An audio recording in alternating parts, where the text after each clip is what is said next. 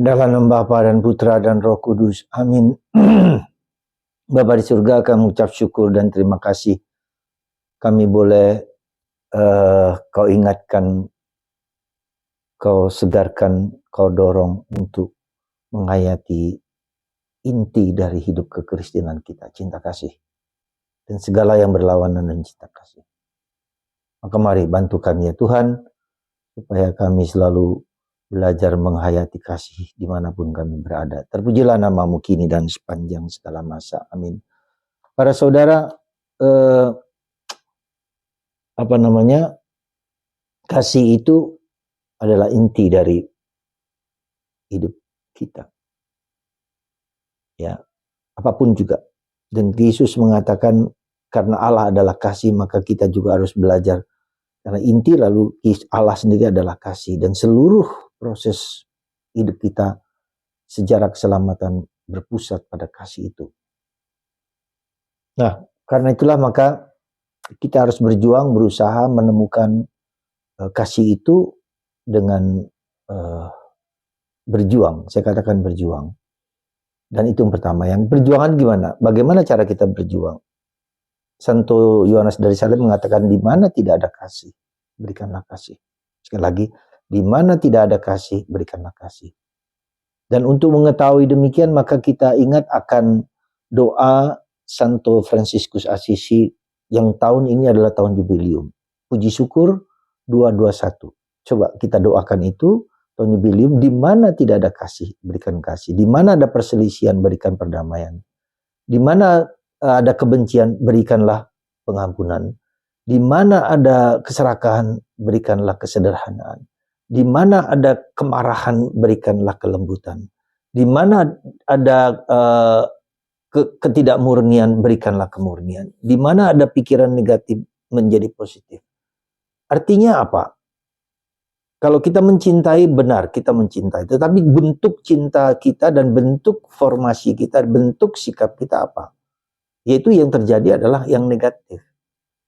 Ya, hal negatif itu yang setiap hari muncul dalam diri kita. Ada dendam, ada kemarahan, ada kekecewaan, ada percideraan, ada nafsu, ada pornografi, ada keserakahan. Nah, inilah cara Tuhan mendidik kita. Dengan yang negatif ini kita belajar dengan dibantu Roh Kudus supaya Roh Kudus itu membimbing kita, menuntun kita menghasilkan buah-buah kasih. Sabar, lemah lembut, penguasaan diri, menanggung banyak penderitaan.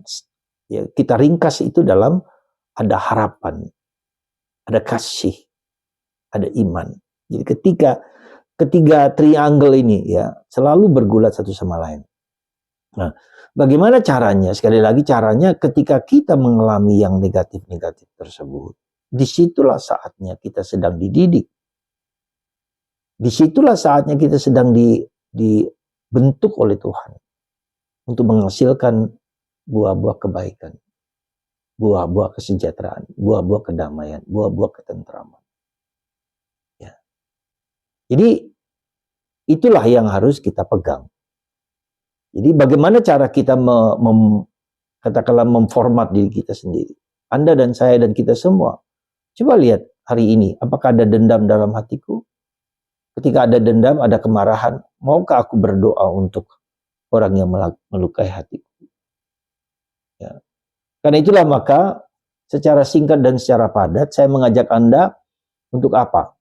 Untuk mendoakan doa puji syukur 221 di tahun jubileum Santo Fransiskus Assisi. Ya.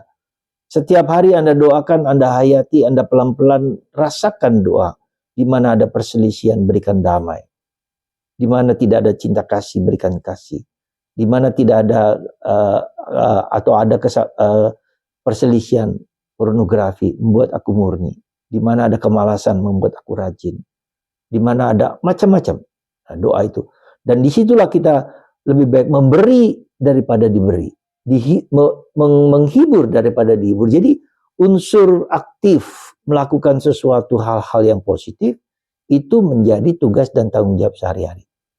Nah disitulah salibnya. Bacaan pertama hari ini Santo Paulus mengingatkan Timotius sekali lagi ya, untuk tidak malu mewartakan salib Kristus. Injil Kristus. Dan ada pergulatan, ada pertobatan, ada kesulitan, ada salib. Tapi jangan takut, aku pun ya menderita karena salib Kristus, karena Injil. Saudara, dan disitulah puncak kesempurnaan cinta, itulah yang menjadi kunci kita dalam penghayatan ini. Lalu belajarlah dari Santo Fransiskus Assisi di tahun jubileum ini, dan Anda mendoakan puji syukur 221. Saudara, mari kita hayati, kita kuatkan, kita mohon rahmat supaya Anda dan saya berani dan bisa mengatasi hal-hal negatif dalam pikiran, dalam perasaan, dalam raga, dalam tindakan. Di situ ubah, ya. Ketika yang penting adalah sikap mau mengubahnya itu, bahwa perubahan akan terjadi, pergulatan, jatuh bangun, nggak masalah, tapi aku mau berubah, aku mau memperbaiki diriku sendiri. Tuhan memberkati Anda, semoga kita semua dihayati, diilhami, diberi rahmat Roh Kudus lewat tahun jubileum Santo Fransiskus Assisi. Doakan puji syukur 221. Tuhan memberkati Anda semua. Dalam nama Bapa dan Putra dan Roh Kudus. Amin.